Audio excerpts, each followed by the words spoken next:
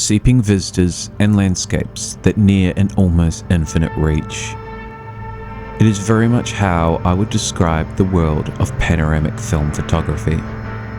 Often with cameras such as the X-Pan or the TX1, terms such as cinematic, or this camera makes your photos look like they came straight from a movie. I've had this camera sitting in my closet for a while, and my trip across New Zealand was the perfect time to use this camera. What is this camera? It's a disposable point-and-shoot camera that shoots panoramas. Due to its viewfinder and unique design, I thought it shot true panoramas. But alas, this was not true. Like the point-and-shoots that you may have in your collection, this is just a cropped 35mm camera, which means a lot of the frame is going to waste. And while the film inside that came with it has not aged well at all, I've decided to leave in the dust in the images, as for the poor age, it's not worth my time to remove. And I will have no future use for these images, and in many ways, I wanted to show you what happens when you experiment when you're on your travels. There is a high chance that you may miss out on some of the memories you are trying to capture. But don't let this fear hold you back. For all their age, these photos are still kinda cool, and it's quite fun shooting with this camera.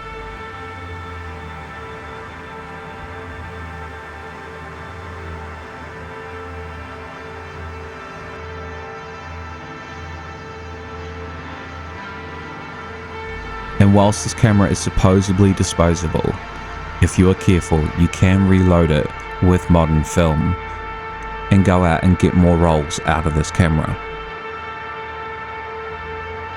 It's a light, portable and inconspicuous way to shoot panoramas. Versus my next camera in this video, which is definitely not inconspicuous.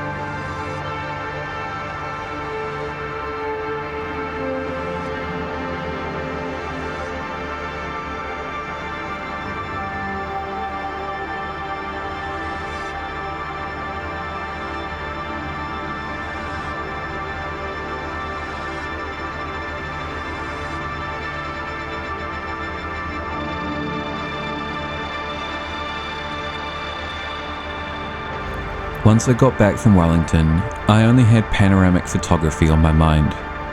I had a lot of rolls sitting in my freezer, and whilst panoramic photography is one of the least cost-effective forms of photography, there is really nothing else like shooting on a 6x17 medium format camera. And I only had one on my mind that I wanted to shoot, the Fujica 617. It's a legendary medium format film camera I've wanted to use. Released in 1993, this camera is as old as me, with us both being released that year. My local camera store has two of these beasts, and I was able to borrow this one for 24 hours. I waited to borrow this camera until I knew the weather was going to be clear for 2 days in a row, so I could get the city with clear skies in day, dusk, and dawn. To get the most out of the cost of hire, I decided to put 7 rolls through this camera. My first roll was a roll of HB4, which I was going to have developed as black and white slide film, so I had to wait 6 months to see if I'd even got these photos.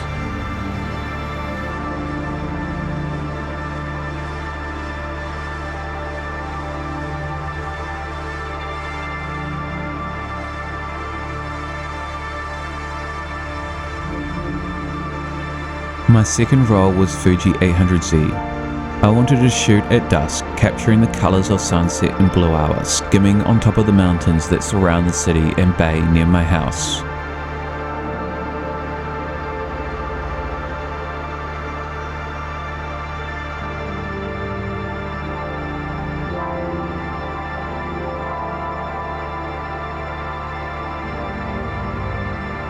I'd shot this film last year to excellent results.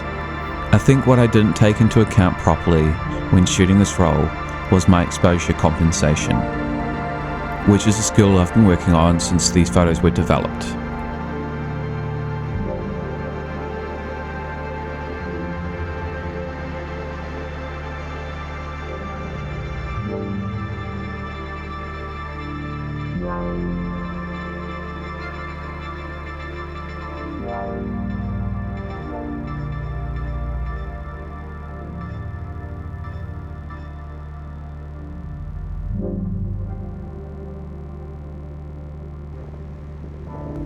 My third roll was Kodak VPL. This film is over 30 years old and would have been produced possibly before this camera.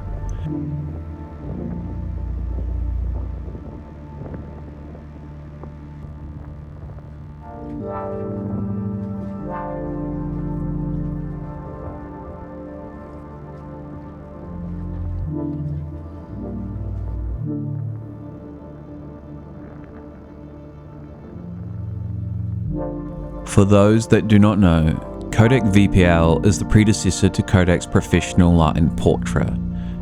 It surprisingly came out very well, in fact actually better than the Fuji 800Z, though that is more about my poor choice of lighting with the latter than anything else.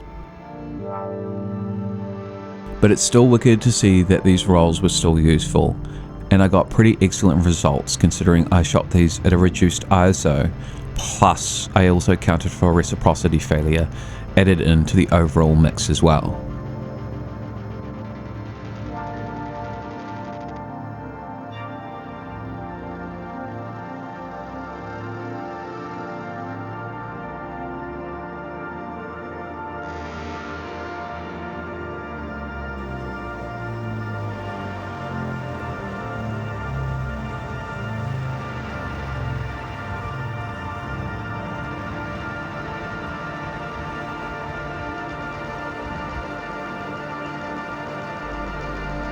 My fourth roll was Fuji Velvia.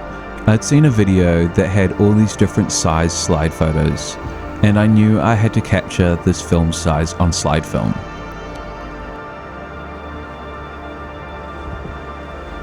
And I'd been inspired by some film photographers who shot sunsets and sunrises on slide. So I got up really early in the morning and headed out to the top of the bay facing towards Petone, where I waited for the sunrise to greet me, hoping that I could catch the sun in a slide, so I too could hold the power of the sun in the palm of my hands.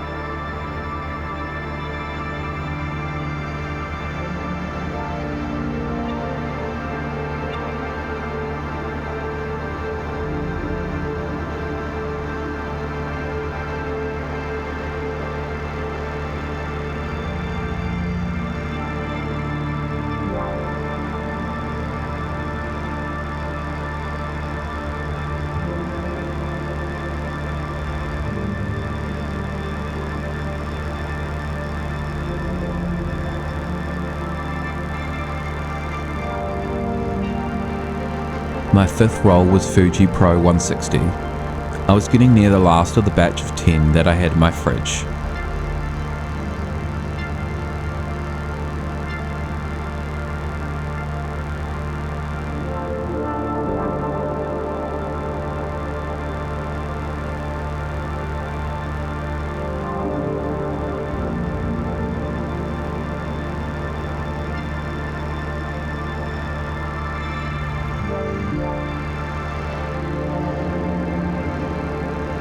I had this roll ready in case I blew through my 4 shots of Valvia, as there is a high chance this beautiful morning would make me a little trigger happy, and there were still photos to be taken. I am very glad I did this, as it happened to be the case, and this morning was too good to pass on.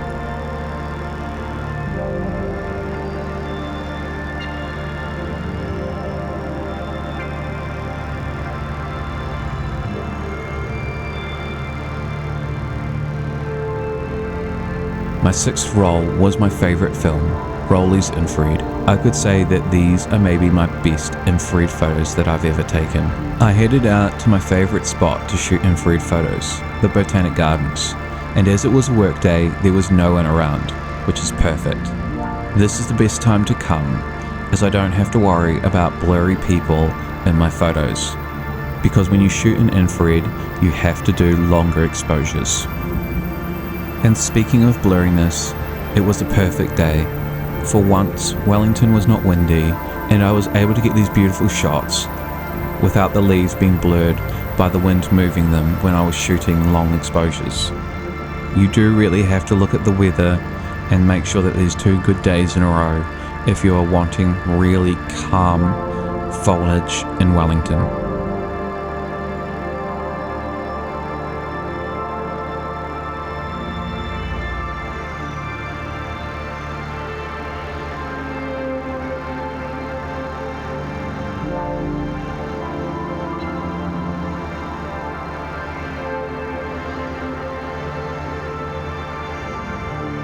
My final roll of film was one of my 220 rolls of portrait.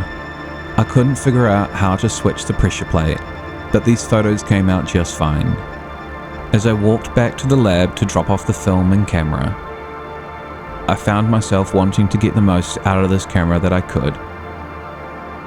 And instead of landscapes, I wanted to focus more on street photography, to see if it was possible. So I did this little test on the quiet streets to see if this was something that I'd want to explore in the future.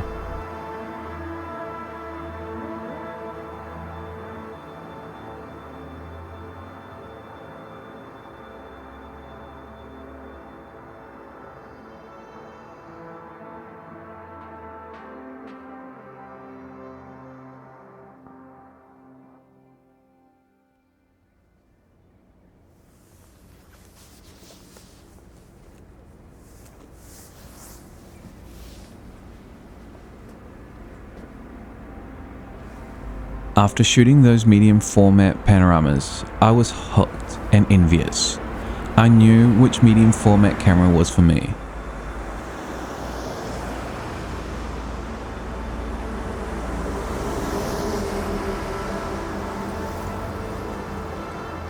But I had been travelling and had burned through a fair bit of cash, with both my travel and all the film and cameras that I'd bought last year. So whilst I could go pay for one of these cameras, that would be about the same as my Japan and China trip, which I had more big trips similar to already planned. For now, it's not the best decision for me to buy one of these, as much as I would like to. Luckily for me, I've got a stopgap camera that will satisfy me for now.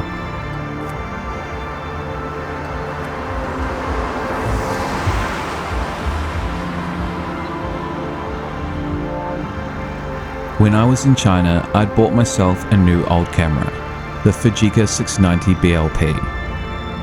This is the predecessor to the Fujica 690 known as the Texas Leica. Often misinterpreted as being the same camera.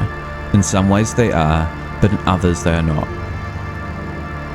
The big difference is that the BLP has the ability to switch lenses, which I will probably never do, and it seems like no one else did, which is why the later model came out. You may be asking if the Fujica 690 is a panoramic camera. It can be, but not natively. It is a 6x9 medium format camera, the same ratio as 35mm. Because of its larger negative, it produces way more resolution than 35mm.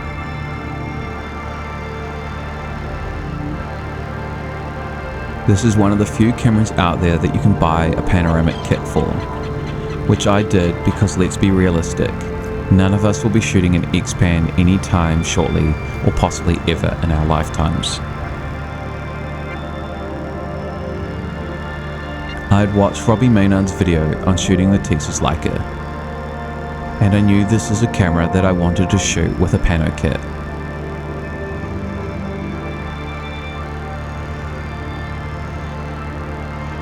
So once I had my kit set up, I got up really early and headed out to the top of Oriental Bay to create a comparison between 35mm panos and 6x17 panos.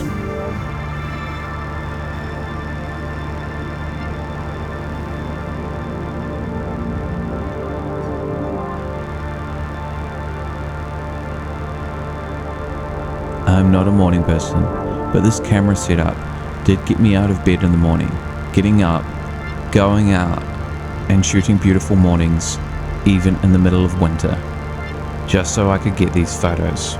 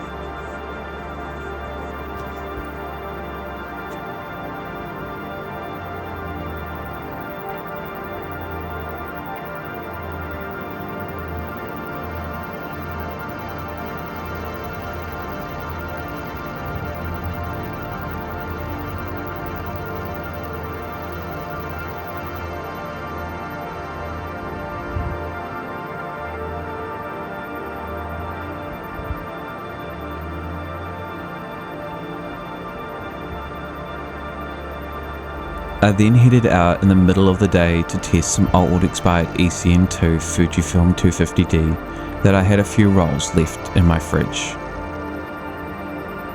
This camera setup is probably one of the main ways I'll shoot 35mm in the future. Having long since fell for medium format, 35mm has lost some of its appeal. I do shoot 35mm still, and I have quite a few rolls to shoot, but overall I prefer the workflow behind medium format photography.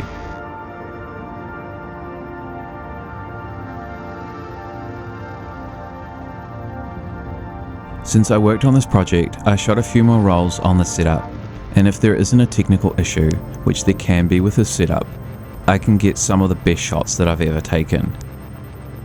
Just wait and see for my future red scale video to see what I mean. In regards to this roll, it was a test roll, and I don't know what went wrong, but something did, and it never repeated, so I don't think it's a camera setup issue, but rather what happens when you buy re-spooled film.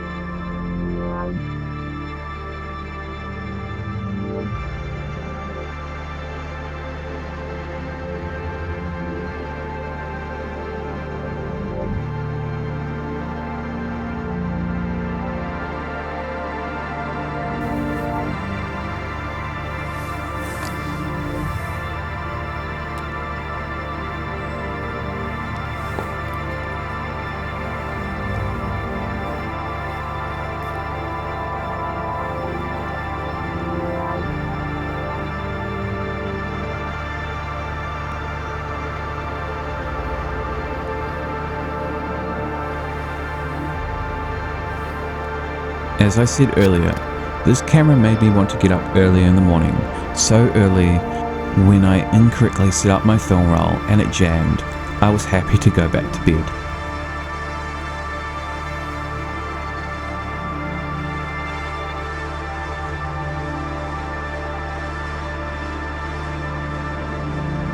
This may not exactly be the most straightforward setup, and things can go wrong, but I believe I've truly found my favourite format of photography, and this Pano kit setup with the Fujica 690 is how I will do it for now.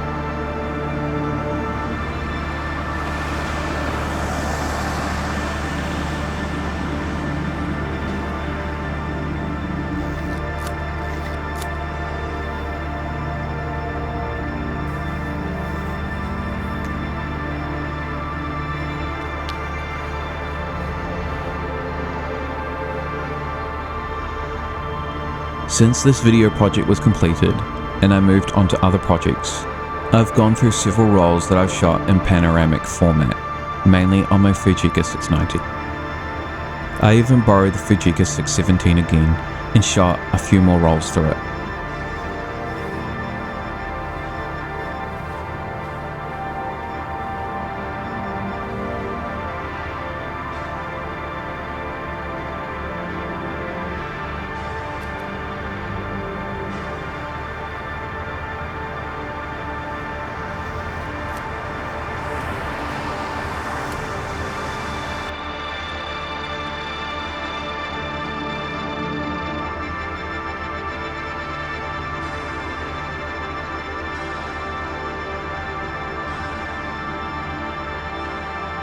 I really do enjoy panoramic landscape images the most, and hope that someday I can get my hands on the Fujica 617 or a similar camera, as I think it could be my go-to medium format camera. Until next time, as always, it's been real, guys.